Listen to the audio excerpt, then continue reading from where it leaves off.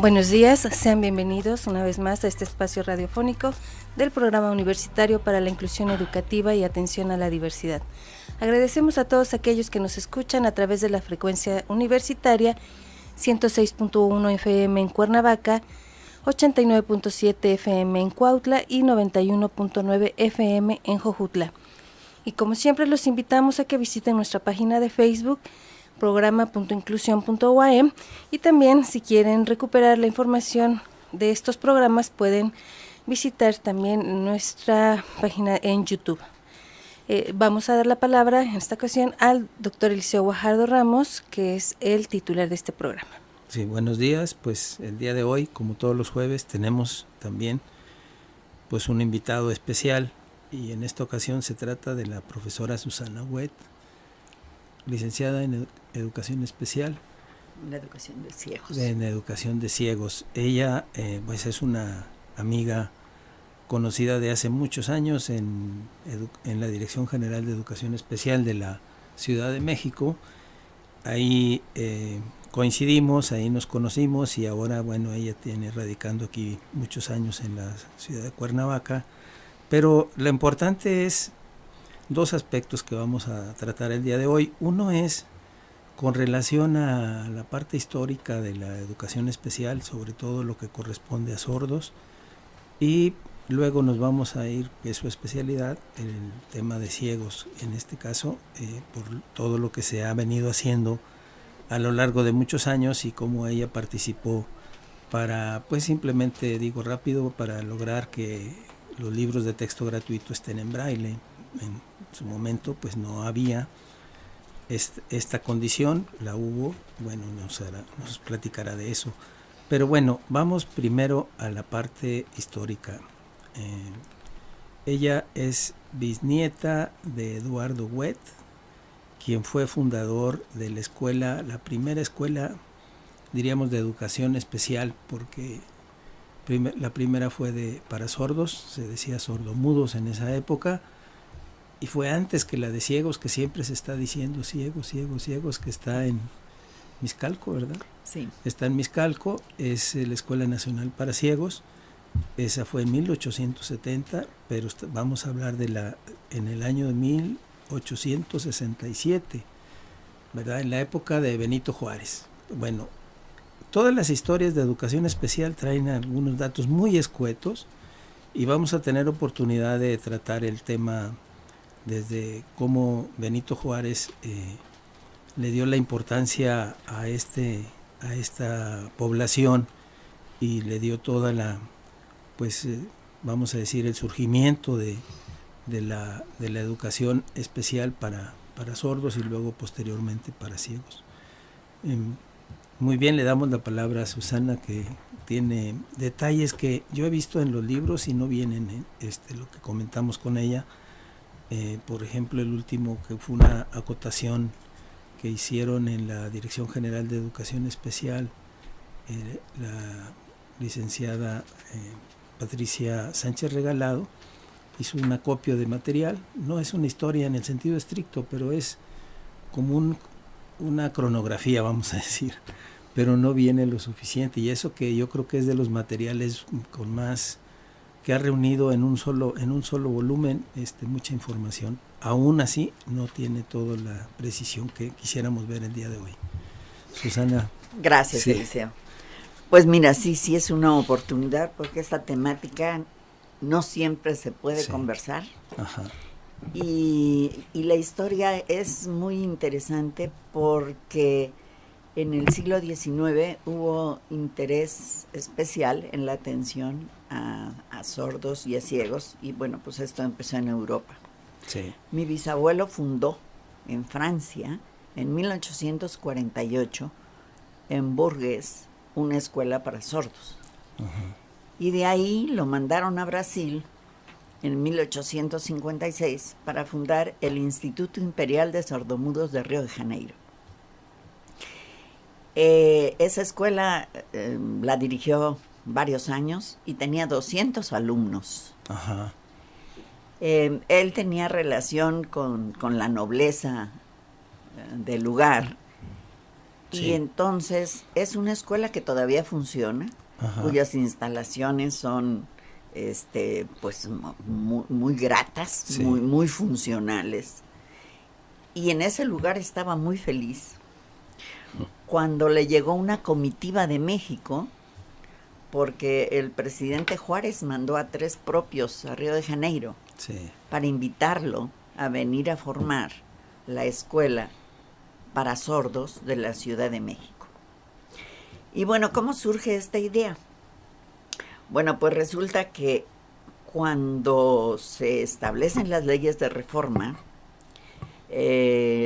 cuando surge la Ley de Instrucción Pública en 1861, en donde se responsabiliza al gobierno de la educación del pueblo, en el apartado 2 dice a la letra: y se establecerá de inmediato en la capital de la República una escuela de sordomudos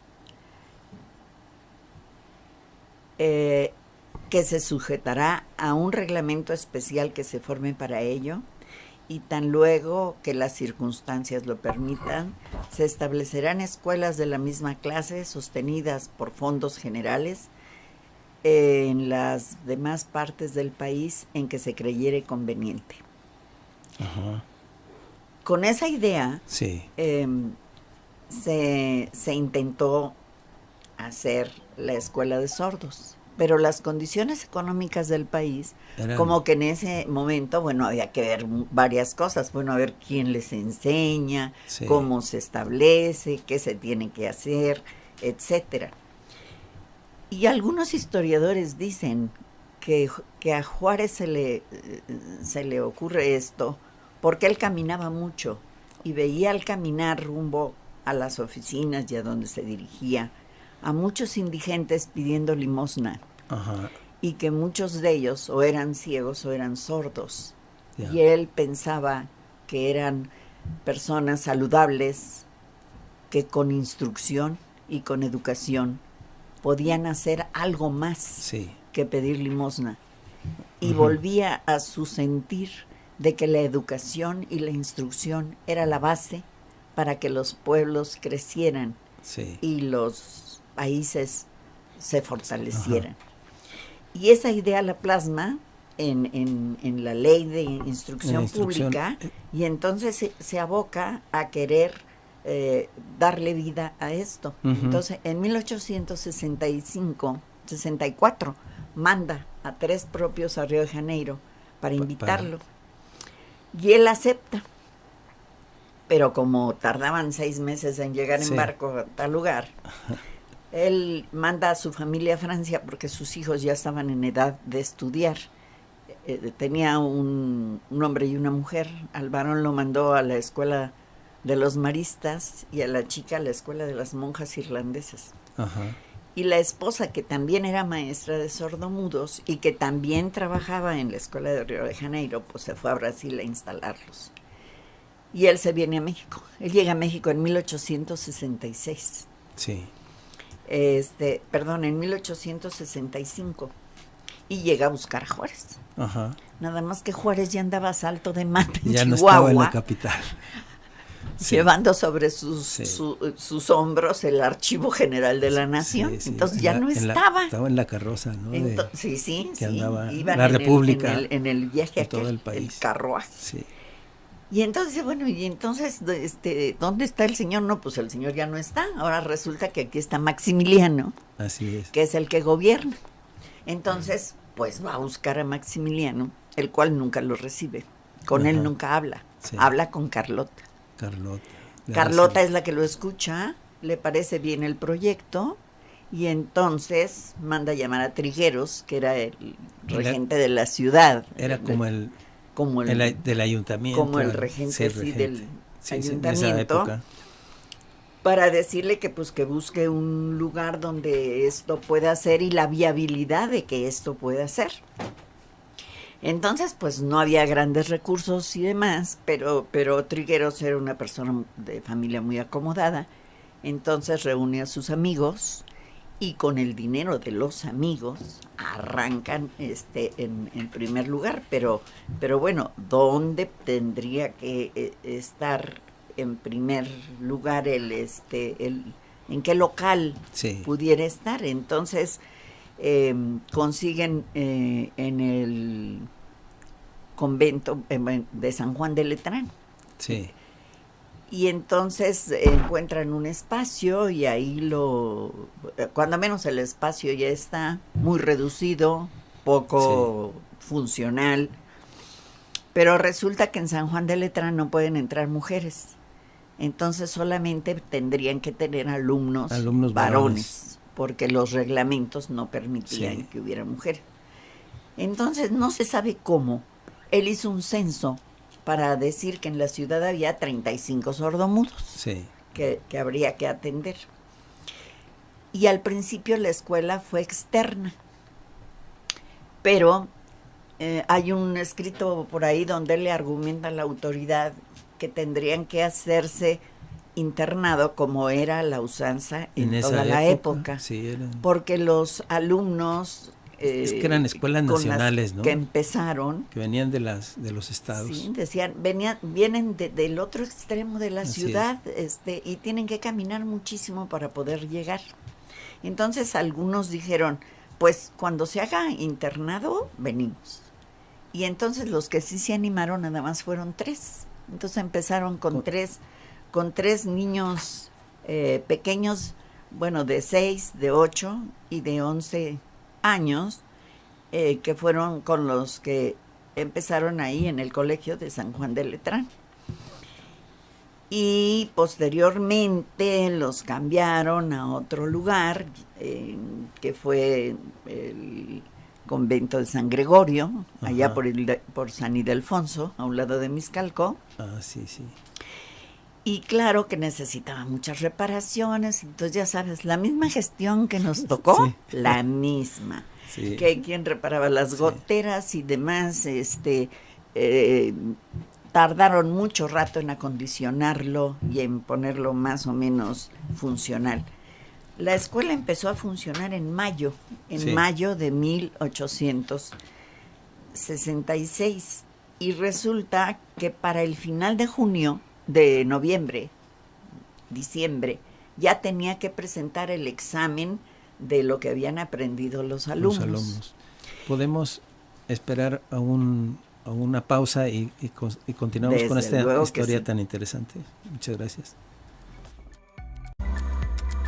Bien, regresamos con Susana Huet y estamos con el tema de la creación de la escuela nacional para sordomudos en el siglo XIX. Y estábamos viendo cómo es que las vicisitudes que tuvieron que suceder para que se pudiera instalar la escuela ya acá en el convento de San Gregorio por el Colegio San Ildefonso en la Ciudad de México. Y así se pudo. Empezó con 3 alumnos de diferentes edades, ¿no es así? Sí, ciertamente. Y bueno, lo interesante es que después de que hacen el examen en diciembre del 68, los mandan al Colegio de San Gregorio en enero del 1867.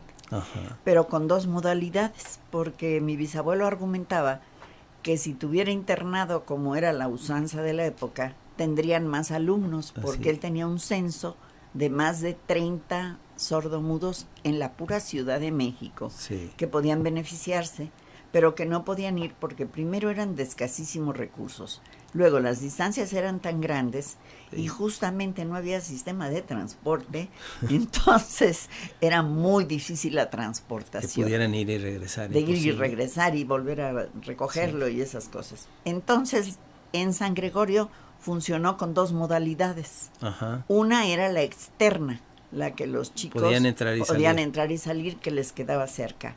Y otra era la interna, de los que les quedaban muy lejos. Y entonces lograron tener 12 alumnos. Claro que contra la de Río de Janeiro, con 200 alumnos, esto era casi una muestra, ¿no? Bueno, cuando en julio viene la caída del imperio, julio del 67, y cuando Juárez entra al triunfo de la República en el mismo mes, entonces se reúne con todo lo que es su gabinete y plantean la reorganización del Estado y generar leyes federales y otras reglamentarias, pues que fueran organizando a la sociedad. De esta manera, las leyes de instrucción se inician y lo curioso es que se decretan en noviembre de 1867, siendo la primera ley la del 28 de noviembre de 1867, y esta es la ley que reguló en lo general a la escuela de sordomudos, con lo que se le dejó de ser municipal para tomar un estatus nacional, porque eran leyes federales. Sí.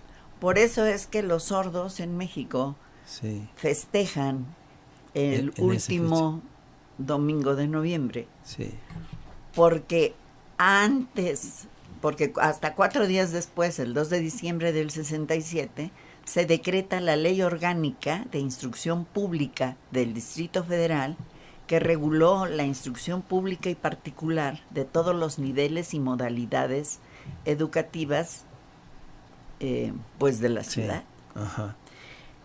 Y entonces la primera ley en este país que reguló y que tuvo que ver con la educación. Nacimos primero la educación especial que la regular. Que la educación regular. Eso es algo muy, muy interesante, que en México así haya sido. Y bueno, por todo lo que ahora está en discusión, en polémica en relación a esto. El largo camino que juntos hemos recorrido siempre fue picar piedra, ¿no? Sí. Y al parecer como si los mexicanos con alguna discapacidad perdieran ese estatus, porque no los cobijaba el tercero constitucional. ¿No? Sí. Bueno, pero esto tampoco es casualidad, porque las naciones cultas de aquella época han atendido los problemas sociales de los más necesitados. Sí. Y entonces, en Europa, o sea, Francia, Alemania, estaban atendidos los sordomudos. Máxime que la oralización, la lengua de señas, los sistemas mixtos, etcétera, vinieron de allá. Sí. Entonces, todo país que se considerara culto tenía que estar atendiendo a estas personas como un medio de superación y de enriquecimiento de la sociedad. Sí. Y entonces, Juárez quería que México también fuera considerado como parte de esas naciones cultas.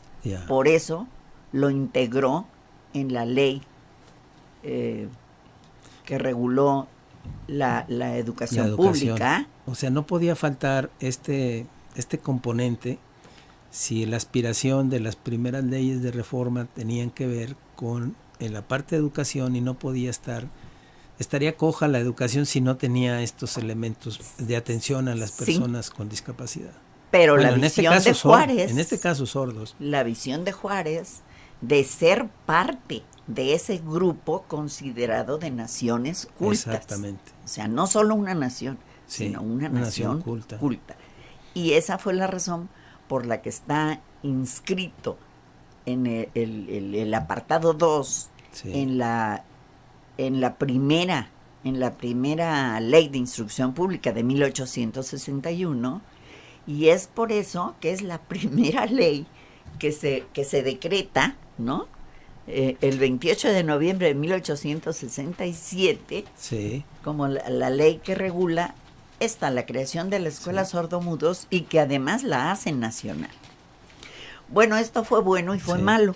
Sí. Porque ya estaban muy bien instalados en el Colegio de San Gregorio, ya estaba muy bien remodelado, dijéramos, estaba muy decente todo, cuando resulta que ahora se tienen que salir de ahí, porque el convento de San Gregorio era municipal, y como ahora ya tenían el rango de nacional, pues entonces ahora los mudaron al ex convento de Corpus Christi. Por la Alameda. Por la Alameda, precisamente enfrente del hemiciclo a Juárez. Sí. Y entonces ahí pues había que quitar piedras, palos y todo lo demás, porque además el convento de San Gregorio era mucho más amplio. Ahora ya tenían mobiliario, ya tenían materiales, ya estaban el internado para los niños y para las niñas, no había objeción. Para caber en ese y ahora más estrecho. Vámonos a Corpus Christi, que es una miniatura, y que ahora ni cabían los muebles. Por cierto, ese edificio todavía prevalece ahí frente al hemiciclo a Juárez. Frente al hemiciclo a Juárez, precisamente. Quizá nuestra audiencia pueda acordarse que cuando camina ahí por la avenida Juárez, enfrente del hemiciclo, ahí estaban tiendas de artesanías. Estaba un museo de artesanías. Museo de artesanías. Ahora no sé qué otra Algo le tiene, dieron, pero ahí está intacto desde esos tiempos. Exactamente. Y entonces, bueno, va de nuevo la peregrinación a poder rehabilitar, a ver si caben y no caben y demás. Y en ese mismo año, Juárez dice, bueno, pues se tiene que cumplir la ley y hay que hacer más escuelas en el interior, necesitamos más maestros. Y entonces, viene la necesidad de los profesores. Y entonces hace un decreto por el cual se crea la Escuela Normal para Maestros de Sordomudos. La primera... 20 años antes que la Escuela Normal de Repsamen para maestros de escuela primaria. Entonces va por delante la educación especial, en este caso con Juárez. Y entonces, bueno, 3 son los primeros pupilos. Se dedica un poco más al asunto de la enseñanza, apoya en lo otro, porque es interesante el programa que tenían para los chicos. Sí. Desde luego se les enseñaba el idioma, el español, pero con gramática, o sea, con estructura, conectivos, se les enseñaba a leer y a escribir, sabían leer y escribir. Formaba parte de su proceso de enseñanza, no se iban con pura lengua de señas en este caso, ¿verdad? No. Sabían escribir, sabían el lenguaje orofacial, le entendían a cualquiera que se dirigiera a ellos hablando, verbalmente se entendían, no tenían que usar las señas para entenderse, se entendían con el que hablaba y se entendían con el que no hablaba. Y se entendían por escrito también. Pero además también les daban horticultura, les daban sastrería, les daban zapatería. Tenían que tener oficios. Tenían oficios. Yo todavía recuerdo de niña en Coyoacán, el sastre de toda la vida era sordomudo. Y luego también, mucho más adelante, también les metieron la rama de joyería.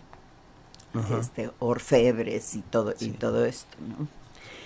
Entonces, bueno, y después, pues en Corpus Christi estuvieron más de 15 años.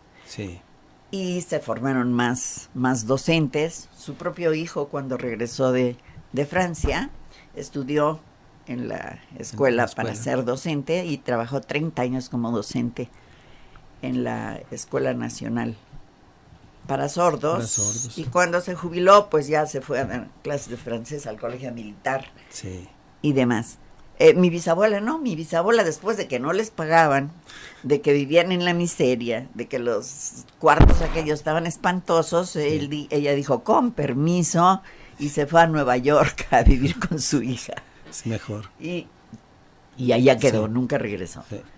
Pero él sí se quedó. En la formación de los profesores para los sordos, que era ahí mismo, pues tenían la forma de estar haciendo la práctica directamente, ¿no? Sí, y ese fue el argumento. Es muy importante. Y ese fue el argumento que dio mi bisabuelo, y está por escrito su argumento, porque a los niños los llevaban 2 horas y media diarias y 2 o 3 veces por semana. Y él les decía, no, tienen que estar todo el día, porque tienen que estar practicando el lenguaje oral, aprender el orofacial, a través de toda la cotidianidad que es la vida, ¿no? Sí. Y las distintas y variadas tareas que hay en un día de todo, ¿no? Un día Desde común. levántate, las camas, el desayuno, tal y tal, el trabajo de hortalizas, etcétera, ¿no? Todas las condiciones que se dan a lo largo del día para que se pueda y era presentar. mucho más rápido adquirir la comprensión del lenguaje, era vivencial, estando en una situación de internado. Muy bien, vamos a otro corte y regresamos con el tema. Muchas gracias.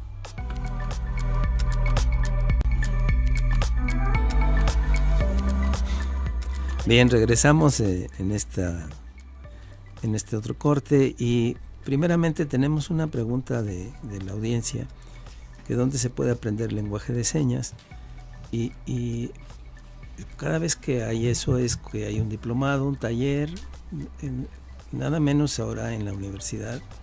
Los trabajadores están interesados en lengua de señas y 16 de ellos están tomando un taller.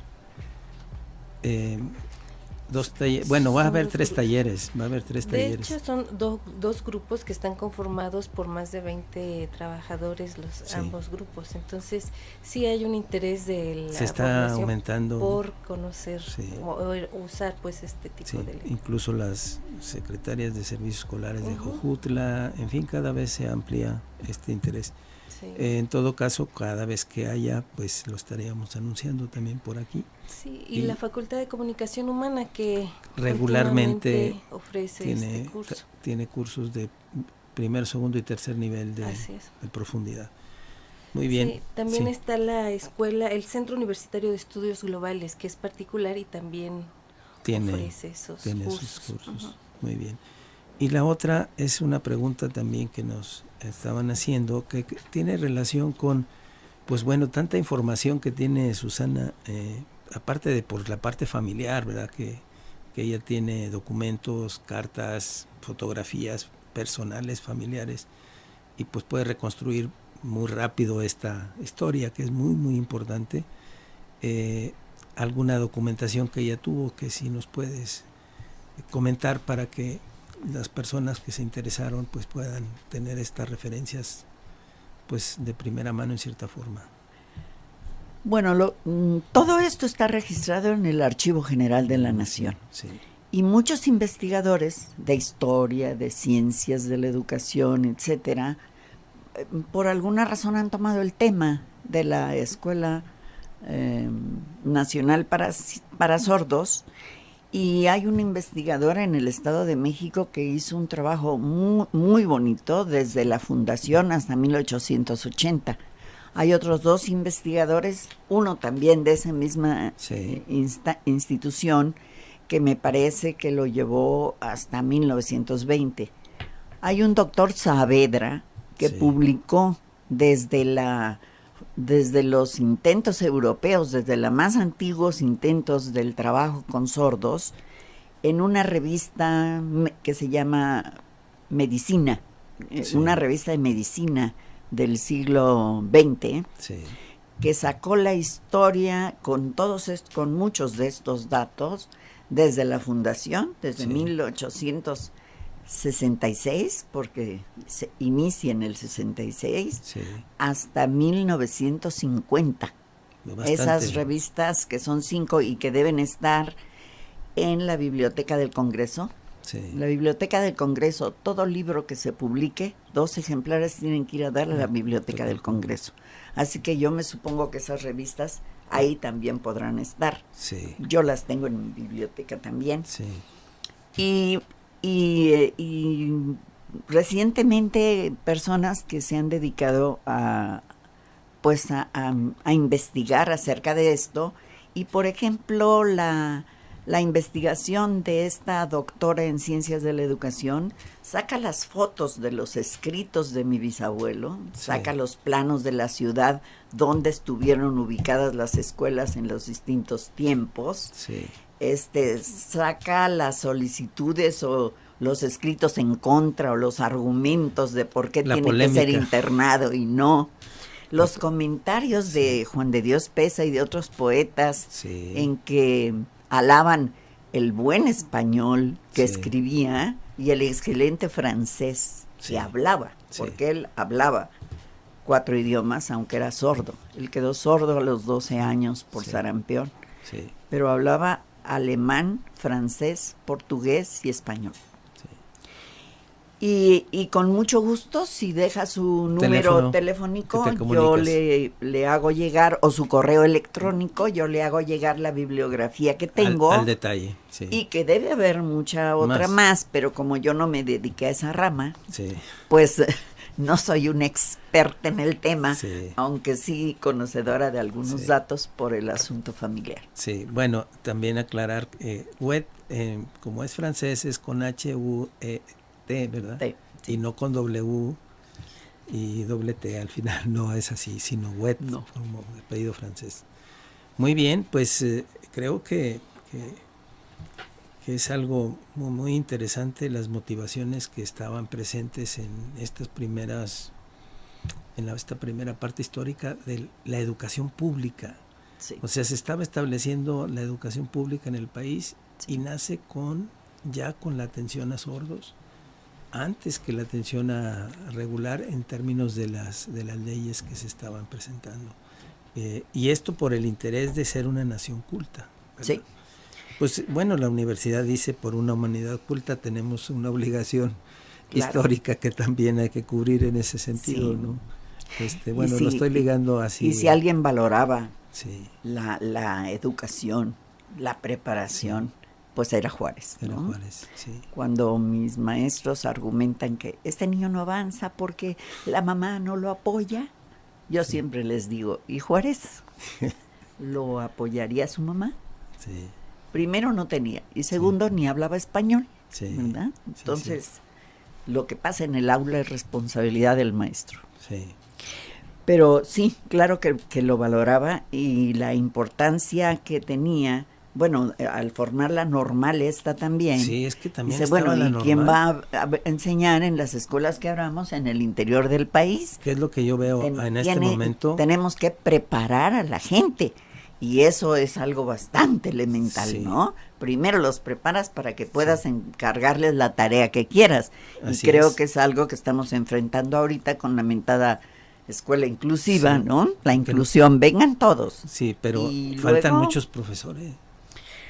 Pues profesores no, conocimiento. Bueno, y profesores que conozcan bien las Sí, normales. tal vez los talleres, Sí, cursos, sí, seminarios, sí, y abrir un amplio abanico que permita entender primero las discapacidades. sí, ¿Cuál es la interferencia que la discapacidad hace en el desarrollo de un niño? sí. La ceguera, la sordera, la Que son los discapacidad visual, etcétera. los Sí. órganos de los Primero, sentidos. cómo se interfiere ese desarrollo. Sí. Y después, ¿qué hacemos con eso? ¿No?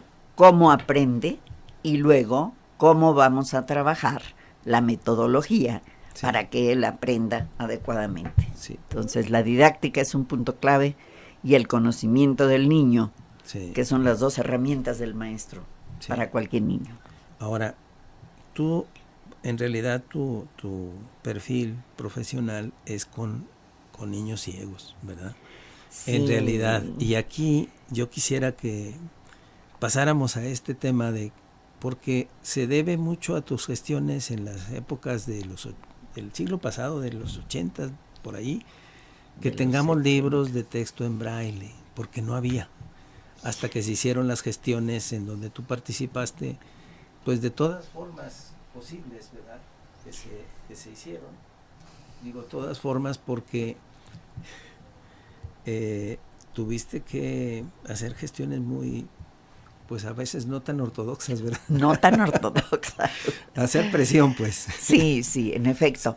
Bueno, los primeros libros que tuvimos fue en la época de Díaz Ordaz. Sí, Y esas impresiones fueron muy fáciles porque transcribieron textual lo que tenía el libro para el niño sí, normovisual hacia el braille. Entonces fue rápido y fue muy, muy fácil. Eso se hizo gracias a que la Embajada de Rusia prestó una impresora braille ajá, para poder hacer esos libros. sí, Pero cuando viene la reforma del 70 con Echeverría, Sí. resulta que los libros ahora eran visuales. Tenían mucha imagen. Mucha imagen y además los ejercicios eran en referencia a la imagen. Sí. Y las deducciones que se tenían que hacer, todas eran en referencia a la imagen. Sí. Entonces requirió una adaptación técnica. Ajá. Había que hacer entradas, como decir, en el siguiente ejercicio tenemos 2 columnas. En la de la izquierda nos presenta los nombres de ciertos animales y en el de la derecha el hábitat o el lugar donde viven. En tu hoja braille escribe el número de la izquierda que nos da el animal y la letra de la derecha que nos dice dónde vive. Para hacer la relación. Para que pudiera hacer el niño lo mismo que hacía el normovisual sin ver las imágenes. Sí, sí, sí, sí.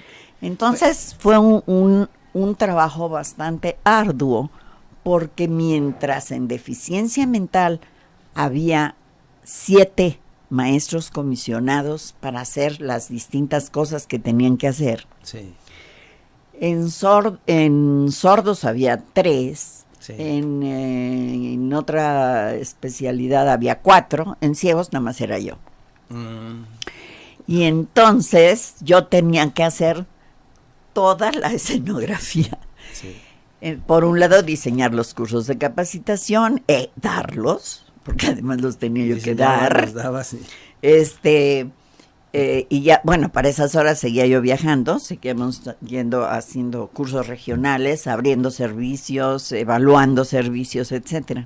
Entonces había que hacer toda la adaptación técnica. Sí. Y como para sacar el staff más rápido, hice todo menos matemáticas, que implica mucha mayor adecuación. Exacto. Y para que salieran rápido en su impresión. Bueno, pues las gestiones que se hicieron oficiales no fueron suficientes y no hicieron caso. Así que los libros cambiaron y tuve que volver a hacer toda la adecuación de los 16 libros Sí. y más, porque ya habían cambiado los libros. Ahora cambió el de civismo y ahora cambió lo de geografía y ahora había que volverlos a hacer para tenerlos listos en el momento en que tuvieran que hacerse. Sí. Yo tuve la precaución de ir al Consejo Nacional Técnico de la Educación y ir a cada una de las áreas, español, matemáticas, geografía, etcétera, para que los responsables de cada área vieran que yo no estaba alterando el contenido del libro. Porque era delicado que se hubiera Sí. hecho eso. Entonces, Vamos a ir a otro corte ¿cómo no? y aquí nos seguimos luego. Sí. Bien. Regresamos con Susana Huet y nos está comentando ahora lo del sistema Braille en libros de texto gratuito, que era muy complicado. Entonces, pues después de que con la doctora Gómez Palacio Sí. hicimos toda esta adaptación y que volvieron a cambiar los libros, se volvió a hacer la adaptación Sí. y el dinero no llegaban las órdenes. Por lo pronto yo fui a la al Conalitex a ver el departamento Braille, porque Sí. existía cuando se hicieron los libros en el tiempo de Díaz Ordaz. Ordaz. Tomé relación con ellos, había muchísimo papel todavía en bodega Ajá, y las máquinas estaban. Entonces negocié con ellos que las aceitaran, que las arreglaran, vi qué clase de máquinas eran y fui a las imprentas, a donde vendían máquinas de imprentas, y descubrí que la Chandler Victoria era igualita a la máquina rusa. Ah, la que habían facilitado. La que Sí. abría y cerraba. Sí. Y entonces solamente con una pequeña adaptación se podía convertir en impresora Braille. Y entonces después de eso llevé al jefe del departamento Braille a que la viera, a que la revisara, a que viera el mecanismo, y me dijo, sí se puede. Sí. Entonces en el proyecto de compra que le hice a la doctora incluía 2 máquinas Chandler Victoria, Sí. para poder agilizar la impresión Sí. de esos tiempos, porque se imprimían hoja por hoja, Sí. ¿no? Y entonces habría que surtir primero los 32 libros que ya teníamos adaptados y luego pues su multiplicación para el interior del país. Así es. Entonces, pues nada que llegaba el dinero, la doctora en sus juntas se lo pedía a la subsecretaria que era la señora Lavalle. En los Juegos Olímpicos mandamos telegramas de todos los estados de la República a la doctora y a la señora Lavalle pidiendo los libros y no pasaba nada. Sí. Entonces se me ocurrió mandar un mitin de ciegos a los patios de la Secretaría de Educación. Sí. Con el señor secretario de Educación. Para esto ya había yo hablado con Casanova. Sí. Era uno de los 11 secretarios del secretario de Educación. Sí. Ya había yo formado la Asociación de Profesionistas y Técnicos Pro Ciegos, formado por ciegos y normovisuales con cargos públicos, hablando de tú a tú con Casanova. Ajá. Y estando totalmente de acuerdo que eso se tenía que hacer. Sí, pero la lana, sí. ¿Quién la daba? Entonces, como ya nada de eso funcionó, me puse a hacer unas pancartas como de las Olimpiadas, así como Yucatán, Sonora, sí. Estado de México, Tracatrán, y como teníamos relación con las asociaciones, un buen amigo, el ingeniero Navarro, ajá, las convocó, hicimos una junta con los dirigentes de las asociaciones, les explicamos el propósito y nos quisieron apoyar.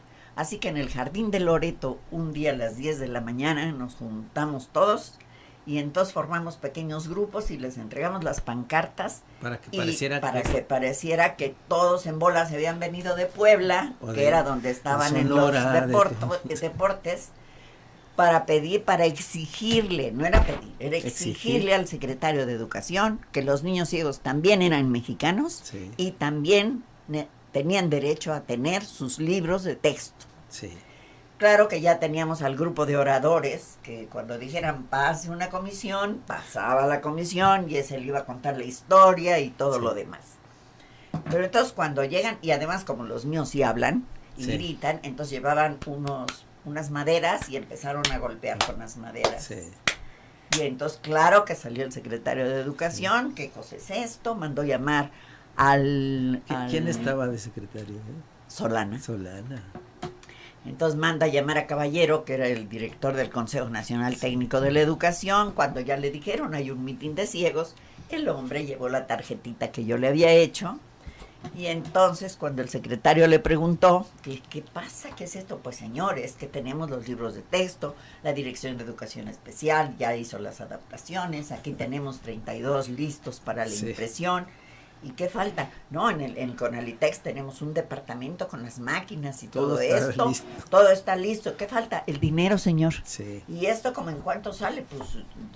Pues ahí sí fue creatividad de Caballero. Sí. Él fue el que dijo $1,000,000 pesos. Sí. Y a los 10 días estaba el $1,000,000 pesos. Estaba el $1,000,000 pesos para imprimir los libros, sí, lo cual nos permitió comprar las máquinas, hacer las adaptaciones y comprar bastante papel. Bueno, ellos empezaron a imprimir con el papel que estaba en el almacén y que no servía para nada. Sí. O sea, al día siguiente, sí, de que dijo que sí, dio luz verde, empezamos a imprimir los libros con el papel que había antes. Ya estaba de reserva. Y negociamos con el Comité Internacional Pro Ciegos que nos hiciera pues lo que podían ser las matrices para, sí, poder hacer la impresión. Ajá. Nada más que eso nos llevó más tiempo, porque el sistema que tenían era incorrecto a la hora de revisar lo que se hacía en aluminio. Sí. Se imprimía en aluminio y ellos hacían que el que ve leía, sí, y la persona ciega lo leía y decía que estaba bien, y así no va. El ciego es el que tiene que leer y yo tengo que checar que esté bien. Sí. Y claro que no estaba bien. De un libro le regresé como 30 y tantas, de otro como 40 y tantas, hasta que se pusieron las pilas y ya lo sacaron, lo sacaron bien. El Comité Internacional, sí, nos ayudó a hacer ellos tenían las máquinas para hacer, sí, las matrices. Las matrices. Y entonces el propio Conalitex hizo su creatividad y creamos nuevas máquinas. Ahora sí dijimos, si Rusia se lleva su máquina, no nos afecta. Sí. Y más adelante, que ya vino todo lo de computación, entonces ya se compraron ahora está perfectamente equipada con computadoras y todo lo moderno que hay ahora para poder imprimir. Pero sí nos costó eso, y otra ayudadita que nos dio la mamá del presidente. Sí, porque también nos acercamos a la mamá del presidente a través de la profesora Emma Godoy, sí, que trabajaba, que tenían como un seminario sí, en Los Pinos con toda la familia. En ese entonces ya estaba López Portillo. Ya parece, sí, ya era López Portillo. Y entonces le mandé una carta a la señora para pedirle que por favor abogara por todo el gremio, bueno, por todos los niños ciegos, que podían ser muchas cosas, abogados, literatos, tal. Sí. Pero no podían entrar porque el libro es la entrada a la cultura. Sí. Y lo necesitaban. De otra manera les grabábamos en cassettes los libros, muchas cosas que eran lentas, muy lentas, y que no facilitaban el trabajo para los estudiantes, ¿no? Entonces, y Comité Internacional siempre hizo libros en máquina Perkins, pero eran una producción muy limitada. Sí. Sin embargo, así se formaron los profesionistas ciegos que siempre ha habido, porque la UNAM abrió sus puertas a los ciegos desde 1942. Entonces ahí la UNAM ya tenía una trayectoria también para tener estudiantes ciegos. Sí, en el piso 8º de la rectoría se le hacía el examen a todos los que solicitaban. Por ejemplo, había un día para el examen para prepa. Sí. Todos los muchachos ciegos subían y había alguien que les leía el examen, y ellos nada más ponían en braille su respuesta, ¿no? A, B, C, D, etcétera, ¿no? Y después los que querían entrar a facultad, los había en leyes, en literatura, en letras muertas, en sociología, en pedagogía, en psicología. Muy bien. En todas esas áreas había estudiantes ciegos, que por cierto, no siempre sacaban el promedio más alto de la generación. El rector, por tradición, invita a un desayuno cada año, pero llega un propio en motocicleta con la invitación al promedio más alto de la carrera. Sí. Y siempre que había un ciego en la carrera, no había opción para los otros. No había quien le ganara. Sí. Entonces, sí, la UNAM nos abrió las puertas. Muy bien. Porque educación, por ejemplo, tenía una restricción en secundarias. Los requisitos para secundaria: acta de nacimiento, fotos, boleta, y no tener ningún defecto físico. 20 años luché para tumbar ese reglamento. Pues con esto nos vamos, y esto ha sido muy interesante, estos 2 momentos que hemos tenido contigo, y esperemos que en otra ocasión nos te acompañes para que lo que se quedó ahí podamos comentarlo. Muchas gracias a todos ustedes, y el jueves próximo nos vemos aquí en Inclusión Educativa. Porque la percepción va más allá de nuestros sentidos, y la inclusión es un